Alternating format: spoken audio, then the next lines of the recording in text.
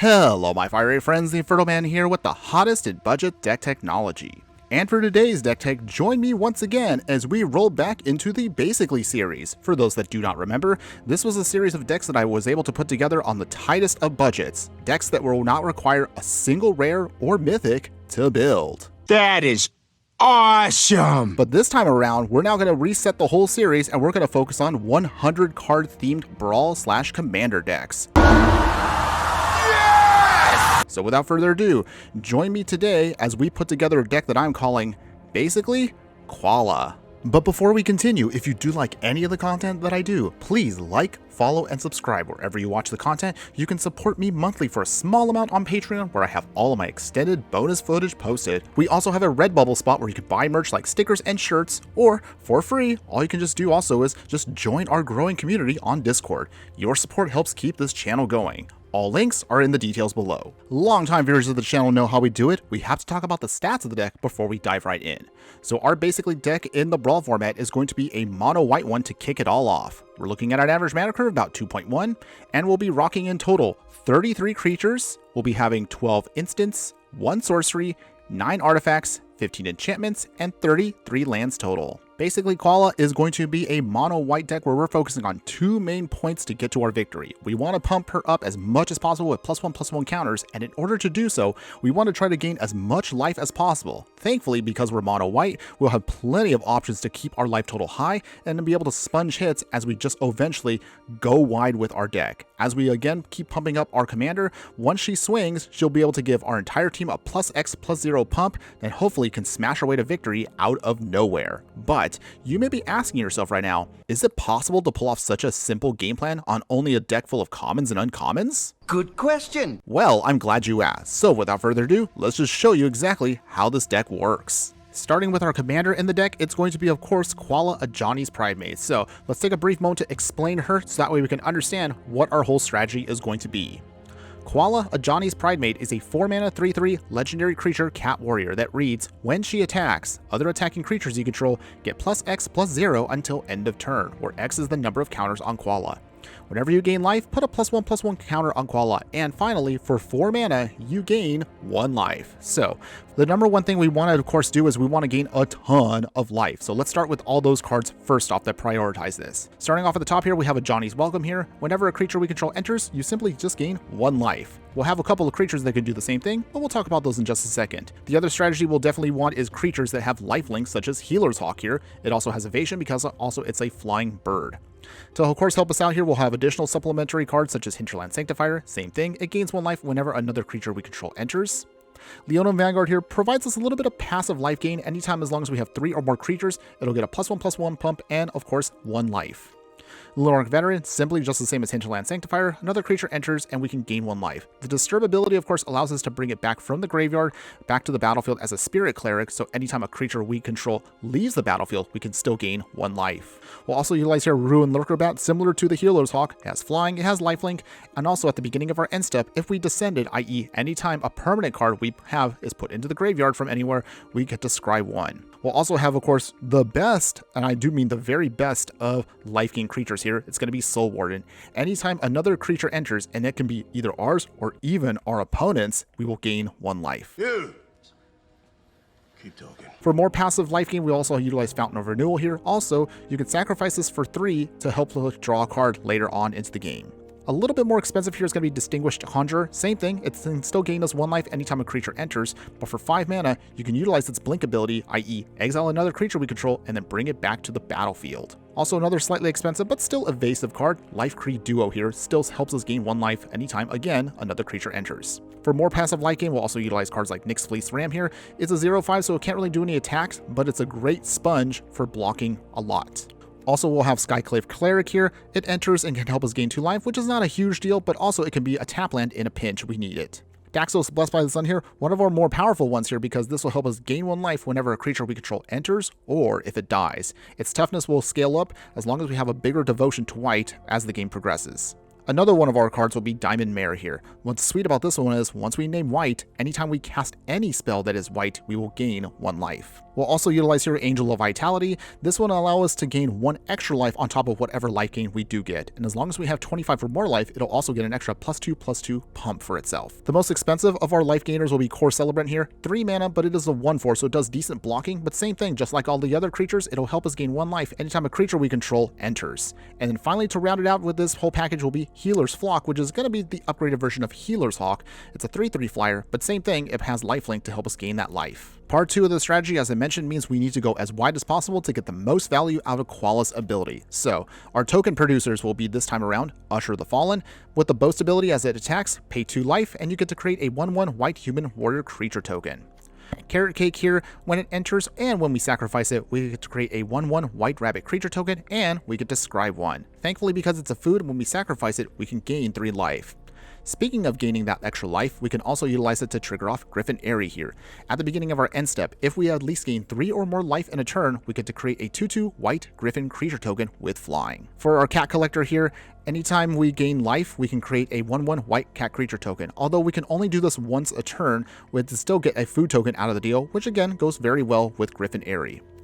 Cathar's Call here is an enchantment aura that once we attach it to our creature, it'll give it vigilance, and also at the beginning of our end step, we create a 1/1 white human creature token.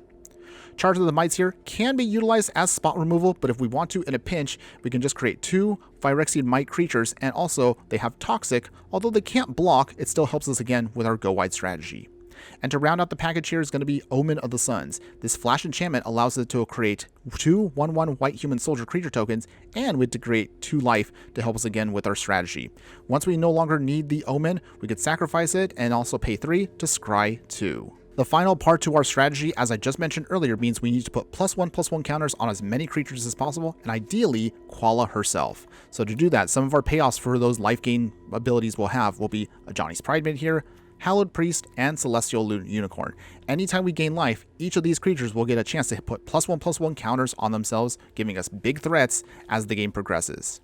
The other major payoffs we'll have, of course, is anything that can give our creatures abilities with +1/+1 counters. So that'll be Abzan Falconer here. With the Outlast ability, we can put a +1/+1 counter on this creature itself, and any of our creatures that do have counters will also gain flying. The other card that'll do this as well will be Abzan Battle Priest here. Same thing, as long as our creatures have +1/+1 counters on them, they will also gain lifelink, which is a perfect synergy for how our deck works. We'll utilize here Light of Promise. This can give one of our creatures the ability to gain life and put that many +1/+1 counters on a creature. This can make one of our creatures incredibly huge, very big, very quickly. And the final piece is probably the slowest one, but it'll also still provide us a lot of benefit with our synergies. Rosy Cotton of South Lane, a 3 mana legendary halfling peasant that says, when she enters, create a food token, and anytime we create a token, you get to put a +1/+1 counter on a creature we control, of course other than Rosy Cotton herself. Now that we have the core deck out of the way, let's talk about, of course, all the supplementary pieces that kind of help round out the package for us. So starting with the spot removal and protection for the deck, we'll utilize Brave the Elements here, pick a color that we need to protect ourselves against, and we can do a massive swing to close out the game against any opponent out there.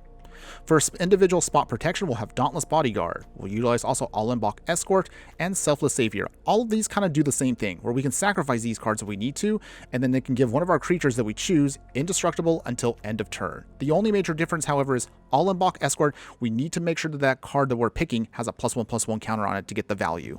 Surge of Salvations works similar to Brave the Elements, but also it's a little different because it only gives our permanents hexproof until end of turn.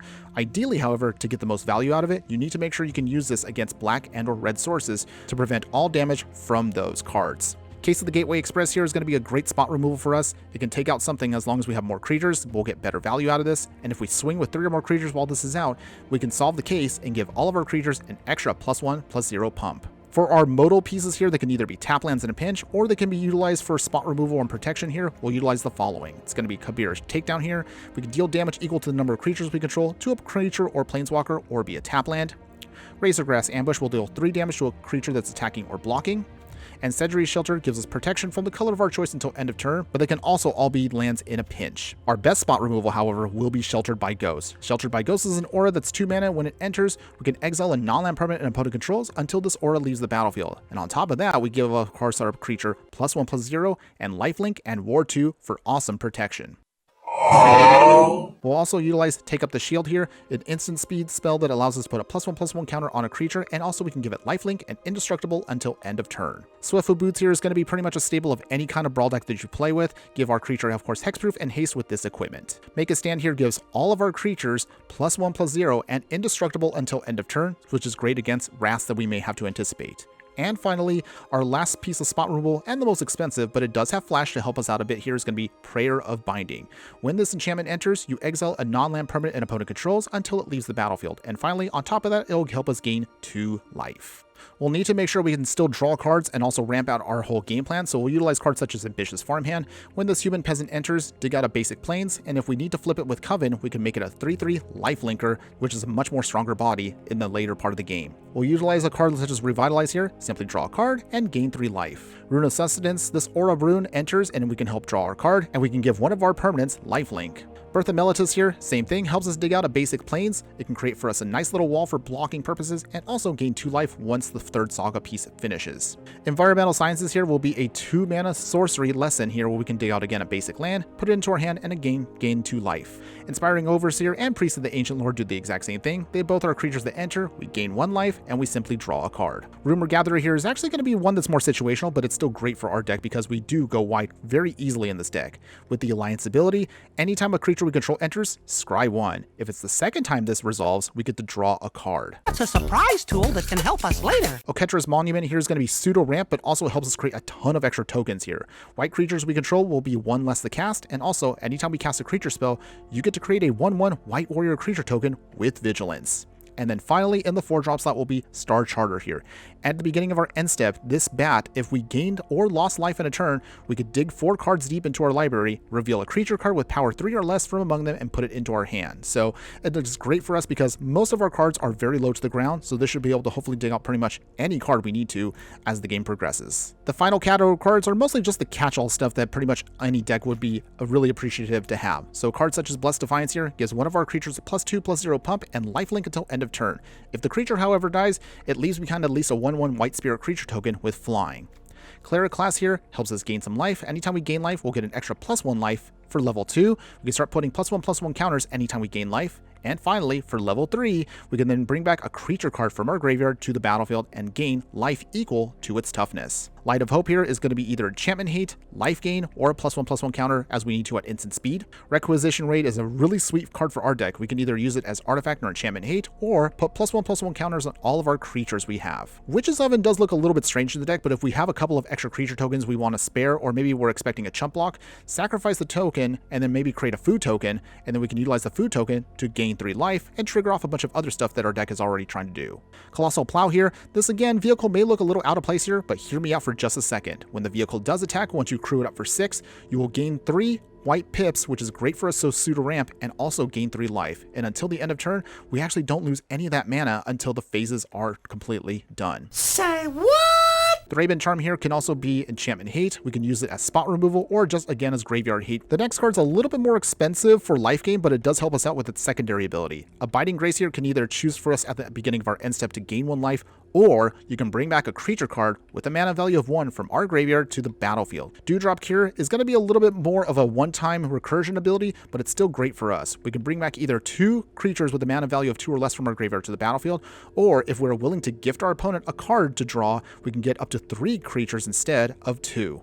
On Sarah's Wings here can give one of our creatures legendary status, +1/+1, flying, vigilance, and lifelink, which can be great for us to give one of our creatures, maybe ideally like something like a Pride here, a lot of power to fly over our opponents. And finally, to round it out here will be Witches Enchanters. This human warlock, when it enters, will also be Artifact and Enchantment Hate, or we can utilize it as a land as we need to. As far as our mana base is concerned, it's going to be as simple as could be. Because we are a budget deck, we'll be utilizing 29 planes, a Secluded Steppes, which you can cycle away if we don't need it. Sheffitt Dunes can give all of our creatures an extra +1/+1 pump until end of turn at sorcery speed. And of course, if we don't want to deal with enemy creature lands, we can utilize Demolition Field and Volatile Fault to take those non-basic lands out. Whew, okay, I can breathe in for a second here. Now that we finally got that whole deck tech out of the way, here are the tips and tricks I can give you to get the most value out of this deck. So, in the early part of the game, try to get one of your life gain enablers out ASAP. Your Johnny's Welcome, Healer's Hawk, Leonin Vanguard, any of these cards that can help you get a little bit of life, and it doesn't really matter how much life you gain per creature, just get any of it to start building up your strategy. This will also give you a nice little bit of a buffer as you start building out your game plan. Once we get to the mid part of the game, we can start getting your life gain enablers and payoffs to then do a little bit more for your deck. So in other words, cards like a Johnny's Pridemate, which will get bigger and bigger with all the life gain, with the +1/+1 counters, will be a massive big threat against your opponent. Once you have that life gain established, then you can move on, of course, to building up your tokens. While you also want to try to have some big creatures out there to put big threats against your opponent, such as the Johnny's Pridemate, you ideally want to have your token enablers out there in the mid part of the game. Cards like Cat Collector or Griffin Airy, which will help start generating a bunch of tokens to help you go wide, will take full advantage of Koala's ability once she hits the battlefield. Finally, once these things are all established, then we can bring out Koala once you know either the coast is clear or you have in hand some way to protect her, because although she is 4 mana and that's not the most expensive cost for a commander, that will still hurt you if she ends up getting blown up.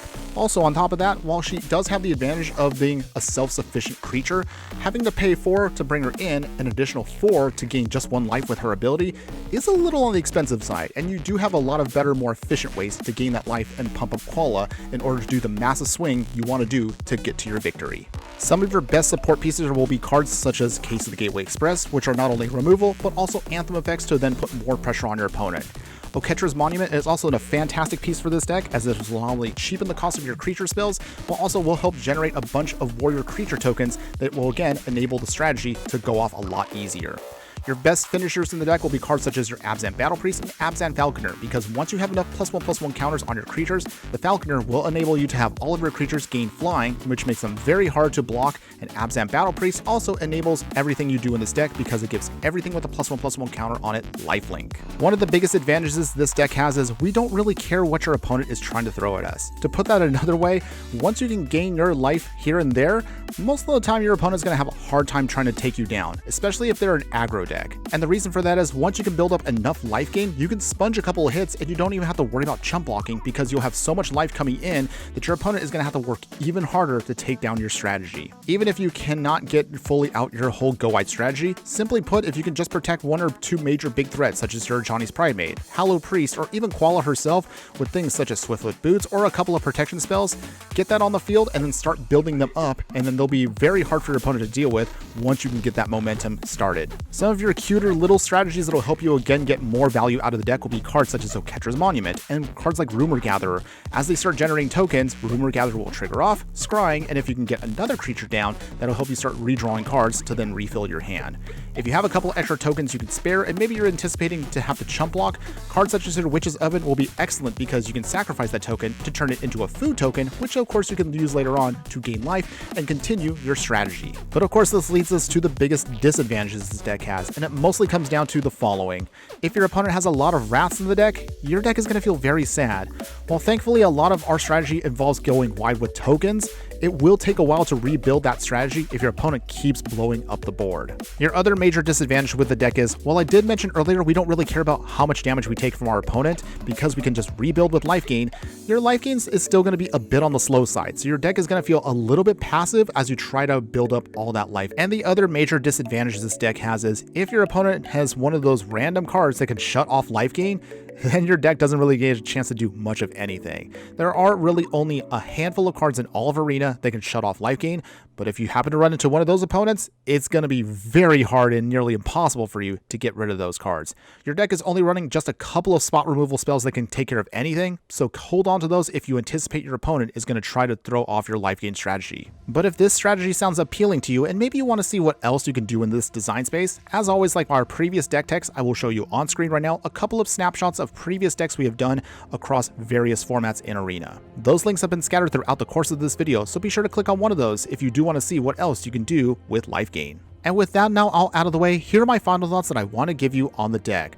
I honestly thought we were already hitting the ceiling when it comes to life gain strategies, but some way somehow we managed to stumble upon a card that I completely forgot about that actually really does take this to the next level, especially for budget players out there. So, to put this another way, if you're a fan of life gain, if you're a fan of go wide and go big strategies, and if you're a fan of seeing Koala, a Johnny's Pridemate, enables life gain to get not only big, but powerful, and also as a self-sufficient commander, then I would definitely say, give this deck a try. And I assure you, when you manage to make a giant army of tokens that you can then pump up to do one massive swing against your opponent, you're going to have a lot of fun doing so, and you'll be very surprised at how you can pull this off all on today's budget. And whether you win by going big or going wide, you will definitely not be disappointed. That's all I have for you today. Thanks again for watching, everyone. And just remember that no matter what you do play in the game of life, always be sure to burn bright. Later.